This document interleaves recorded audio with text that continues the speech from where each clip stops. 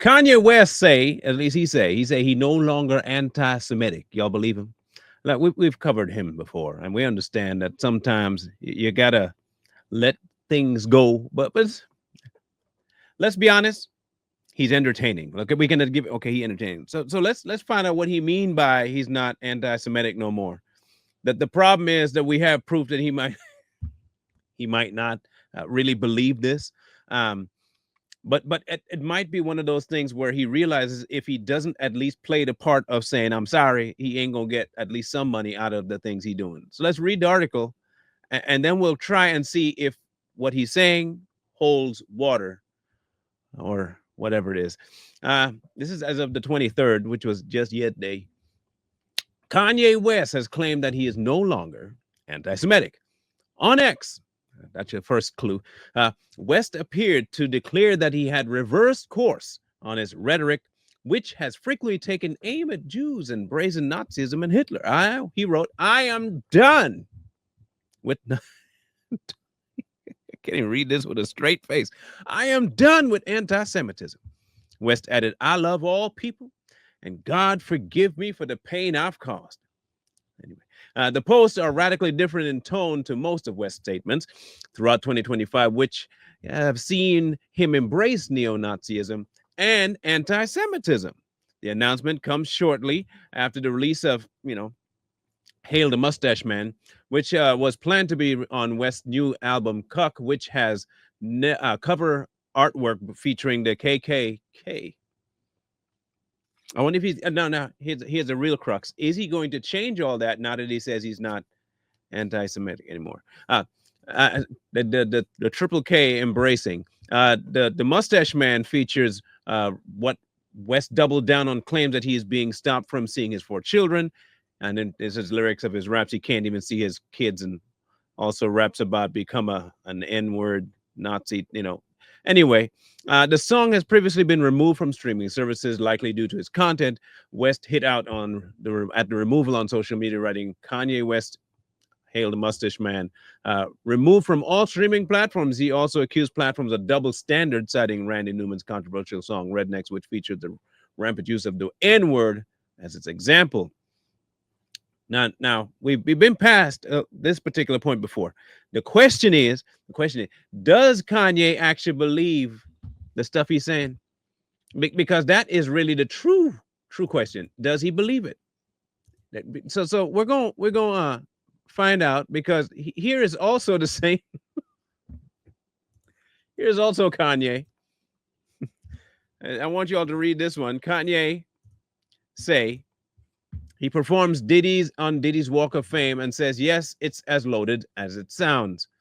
Now, this article is also from the 23rd this year. The tweet, well, you get it, right? So there's some clashing going on here. In true Kanye fashion, there was no press release, no announcement, no explanation, just a choir on camera and a location that screamed everything he didn't have to say. Over the week, Kanye's choir performed what appears to be his latest single, where? Directly on top of Sean Diddy Combs' Hollywood Walk of Fame star. That placement wasn't random, it was intentional, theatrical, and unmistakably Kanye. The performance was minimalist, no big crowd, no elaborate production, but the subtext maximum. It is kind of visual that doesn't beg to go viral. It demands to be decoded. Kanye's history to performing arts isn't new. From floating stages to MAGA hats to Yeezy Sunday service, he's always blurred the lines between the sacred and the self-serving. I don't know about blurring the lines. I think he kind of blows them out the water. I'm pretty sure that he just mixes it all together and drinks the concoction as it is. The latest act fits squarely into that tradition, anointing a disgraced mogul with a choral praise, all while the world pretends not to look. Now, they have a pretty tight history, and they stand up for each other, and they've been involved in a bunch of things. Even a lady came forward some time ago saying that Kanye and Diddy did some stuff to her while they were in a recording studio. I think y'all remember that particular individual. So when he did this particular thing on the Walk of Fame star, the song he performed was the same one that he says he's no longer, the anti-Semitic song that I'll the Mustache Man. That's the song they chose to perform the same day that he was saying that he's no longer anti-Semitic. So one of two things have to be true: Kanye lying or Kanye schizo.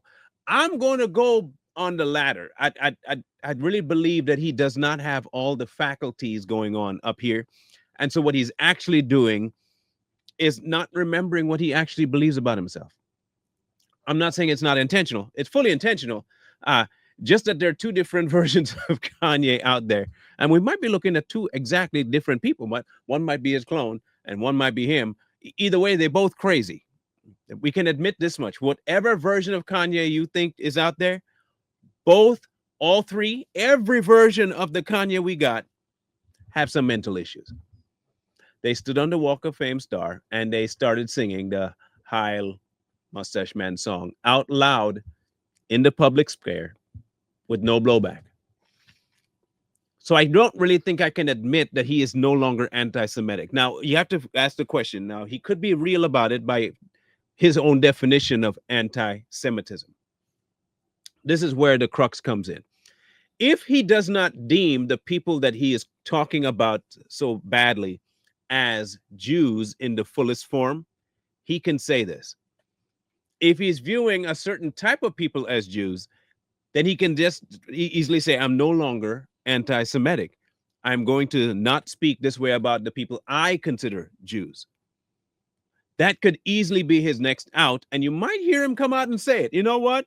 Y'all are so slow. I get what it was. Y'all don't understand. Y'all don't understand what I meant. I didn't mean these Jews. I meant the real ones. I'm no longer going to hate on them. I could see this happening, and then he'd come forward and say, I'm not crazy. I meant what I said, and I stand on it 100%, and then go right back to the exact same sentiment he's been espousing in his songs. If it's nothing else, you can say this about Kanye. He's creative.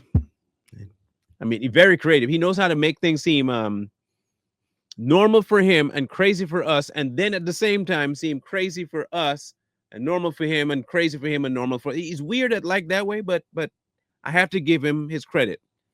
He keeps you at least on the edge of your seats enough to make you want to hear what he has to say and still at the same time not care. That's the skill.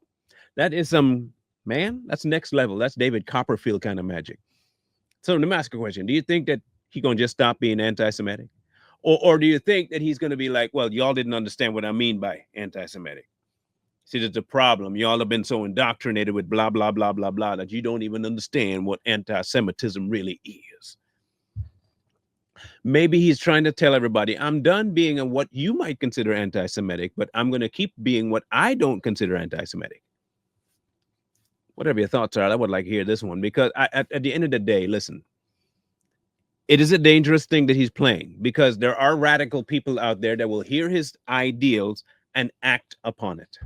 That's the biggest problem, is that there are people that will just take this idea and run with it and do things in the name of the way Kanye thinks. And there could be people that could be harmed. In fact, it had just happened, may not be to his credit, but somebody already got hurt in an embassy and they were under the title of Jew. Is it him to blame? Possibly not. But did he stoke flames? For sure he did. Him and among many others stoked that flame. Only question I have now is whether or not this is going to escalate, whether it's going to be worse. Is he really going to be coming forward saying I'm done with it? Or is this another scheme of Kanye to try and get more traction, to get people to go and listen to the album, or try and get off the bad track that he has so it gets published elsewhere? We'll see what happens. We'll look forward to reading your comments on this one, though. Training athletes, build leaders, changing communities. At Mentors for Life, sponsored by the Bully Me Bad Project, we provide free professional sports training and mentorship to youth with passion, drive, and the desire to grow. We connect them with top-tier coaching and leadership tools that unlock their full potential.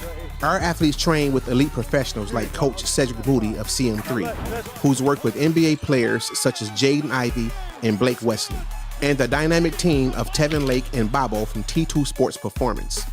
Together, they've trained standout athletes including Notre Dame football stars, NFL offensive lineman Danny Piner, and Kyron Williams. In a school or neighborhood of 1,000 youth, 5 redirected lives can mean 5 future leaders. 5 families spared heartbreak, and 5 powerful stories of hope.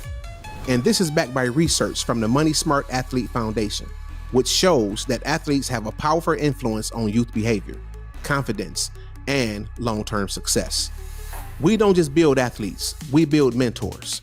High school students who complete our program will become certified Mentors for Life members and will be paid to speak, lead, and coach the next generation. To support Mentors for Life, all you have to do is click here if you're on a mobile device, or click here if you're on a computer to donate or learn more. Or you can reach us directly at mentorsforlife574@gmail.com.